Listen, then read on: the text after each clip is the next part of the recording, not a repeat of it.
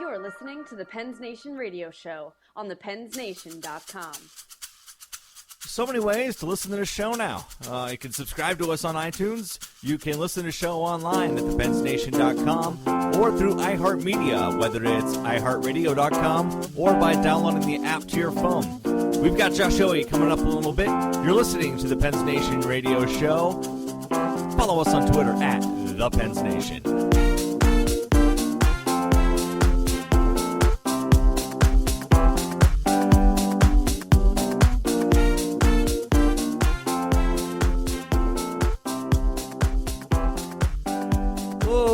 This is supposed to be a fun show. The team looks great. The numbers support what we see on the ice. And the Penguins are coming off of a nice win in Montreal. It should be a fun time for all Penguins fans. And we have Josh Yohe, and that's always a great time. But we do have to lead with the news of Pascal Dupuis, who will be out of the lineup for the foreseeable future, as doctors have discovered a blood clot in his lung. Now, this isn't your ordinary injury, and it hasn't triggered an ordinary reaction from the fan base or the media or even the team. And it's not just because it's not an ordinary injury. It's because Pascal Dupuis isn't an ordinary player. And, Josh, I know that Duper is a guy who made a real impression on a lot of people, and you included. What were your first thoughts whenever you heard this news? Yeah, I had a bad feeling the night before that there was something going on. I know some people in the organization, and I asked them that night, hey, what's going on with Dupuis? And, of course, they had to lie and say, oh, nothing. But I could tell by the looks on their faces there was something going on, and I just kind of had a sick feeling that whole night. People in my position are supposed to be objective and not have any feelings about people, but if you've ever dealt with Pascal Dupuis, you like him. He's one of the classiest people that I've ever met, not just in the world of hockey, but just life in general.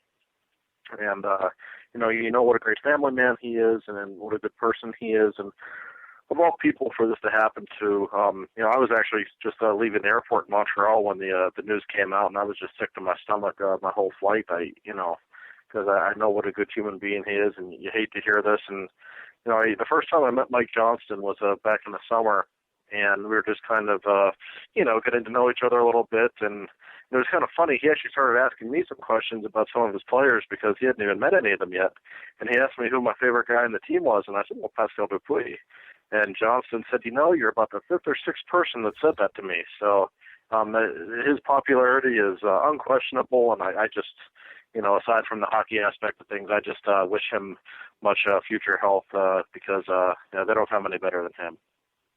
I know that we as fans, we obviously don't have the day-to-day interactions with players and such, but, we've been able to see Dupuis so much because he puts himself into the community, or we see him and his family and the way they interact, and 24/7 was a great look for us to really see how that works as the cameras followed him into his house and with his wife and with his kids and all of that. And it really touched a lot of people.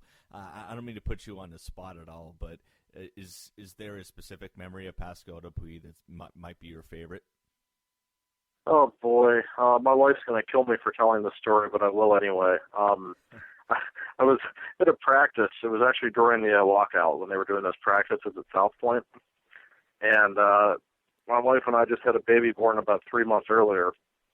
And she was breastfeeding the baby. And she said, hey, I got to go outside. And I brought her to a practice. They were pretty informal, whatever. Today, baby's hungry. I got to go outside.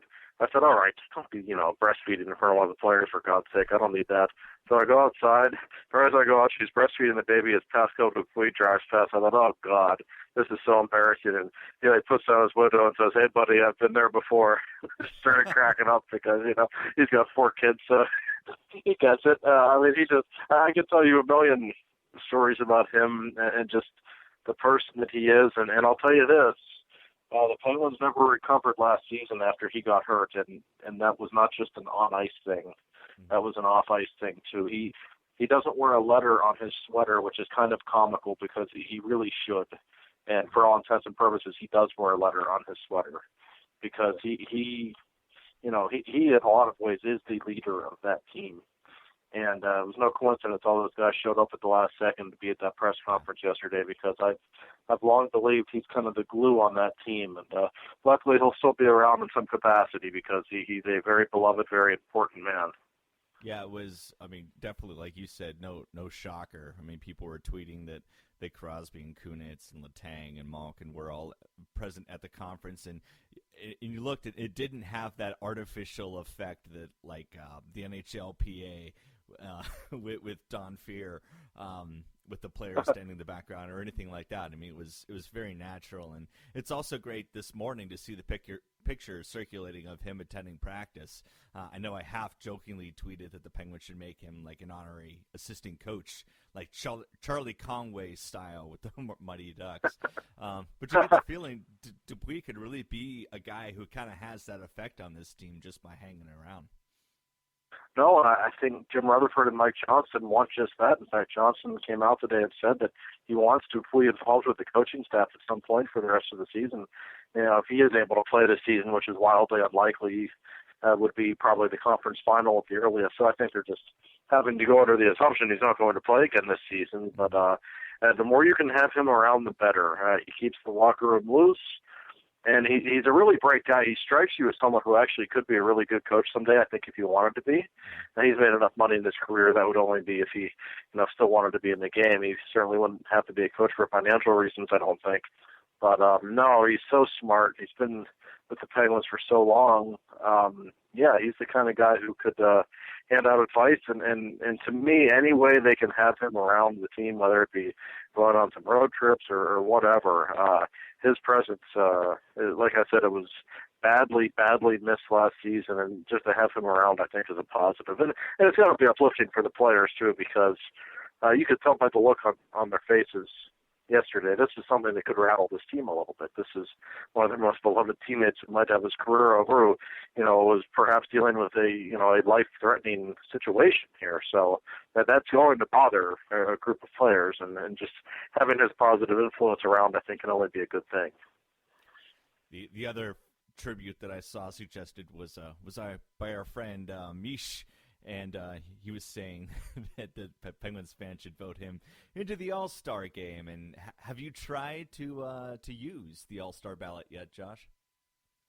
I haven't yet. It doesn't work. It doesn't work. Is it tricky? It's broken right now, but the few people, I think it worked for maybe 15 minutes.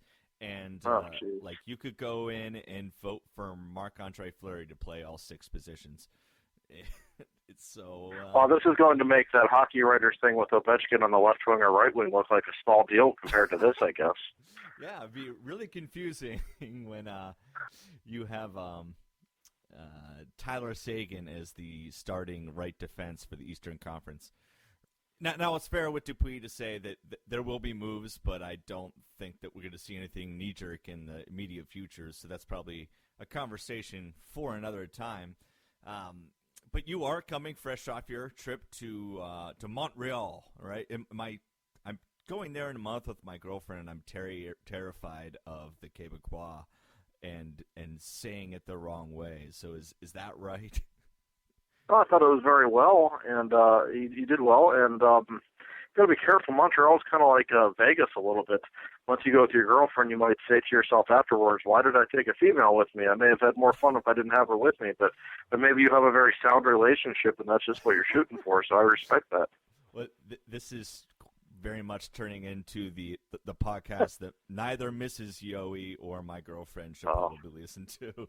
Isn't that the truth? But no, in all seriousness, in fact, I've been working on this blog for literally weeks. I'm actually preparing a blog. It's a thing for Penguins fans if you ever want to take a road trip to see a Penguin game. All 29 road cities, and I rank them from 1 to 29. And let's just say Montreal finishes very, very high on the list. It's long been a favorite of mine, a spectacular town. That's a brilliant idea. Where's Toronto on that? Because there's 2 legs to this trip, and Toronto is part of it. Top 10.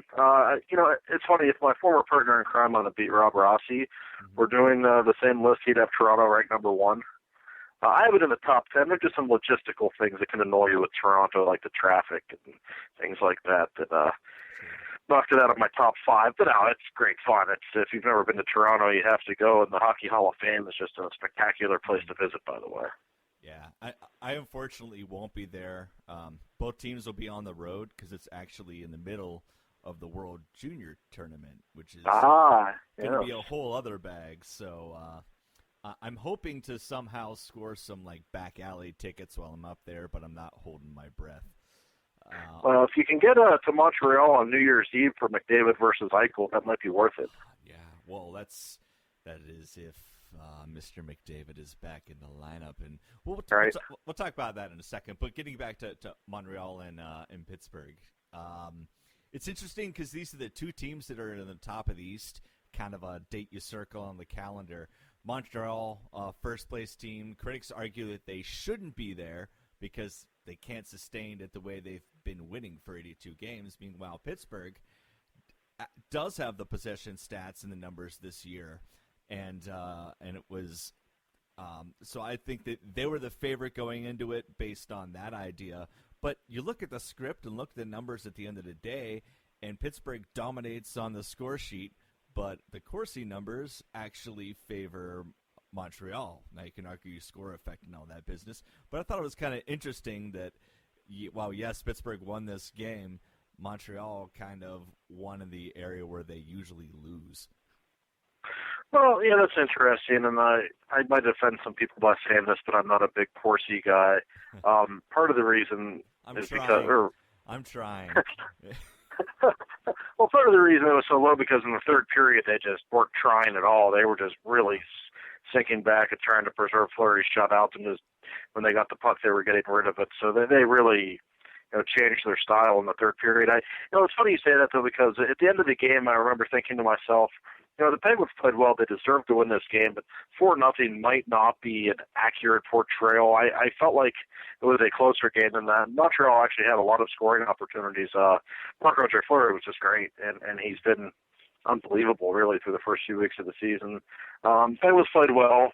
Montreal is a good team, though. I don't think they're going anywhere. I think they'll battle Tampa for that division all season long. They're just a well-built team to me. They don't have any superstars, maybe other than if you think Subban or Price are, but there's not many weak links on that team. They're a deeper team than the Penguins, but they don't have the Penguins' star power, and in this case, they didn't have the Penguins' third line, which was the dominant presence in the game, certainly. But no, the Penguins played really well, and I think the Penguins are now 7-1-1 on the road, and that includes victories and rather impressive victories at that against the likes of Nashville and Minnesota and now Montreal, who are three of the best teams in hockey so far this season. So can't say enough about the job Mike Johnston has done getting his team to perform well on the road. And I thought it was just yet another impressive win. And in Montreal, they don't have great advanced stats, and their goal differential doesn't blow you away. But they had won 6 games in a row coming into that contest, and it was in Montreal, which is a place that hasn't always been good to the Penguins over the years. So I still took away a lot of positives for the Penguins from that game. I think what's really encouraging about the beginning of this season is the fact that in the past we've criticized the Penguins of really kind of only being able to win games one certain way. Now they did it a lot, which was great.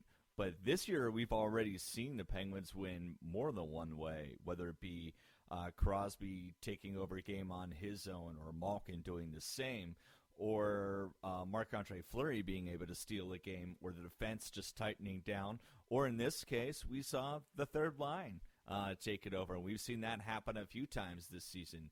And in this case, Bo Bennett, who is now finally, knock on wood, healthy and playing. And so if Bo Bennett can replicate that performance on Montreal and on a night-in, night-out basis, should he be moved with Malkin or Sid on the wing? Or is it better to keep him on that third line, kind of as a home if it's working and clicking? Well, I kind of ride the fence when it comes to this about Bennett. In general, I think it makes sense to get him a look with Malkin or Crosby. I actually like him better with Malkin. I just think they kind of mesh better with their styles. That said, if he and Sutter are going to keep playing this way together, then you have to leave them together. And I can tell you from watching a lot of practices and training camp. There is a real chemistry between those two. And I hate that word. I think chemistry gets overused. But in the case of Bennett and Sutter, there's just something there. One guy always knows where the other guy is. And I think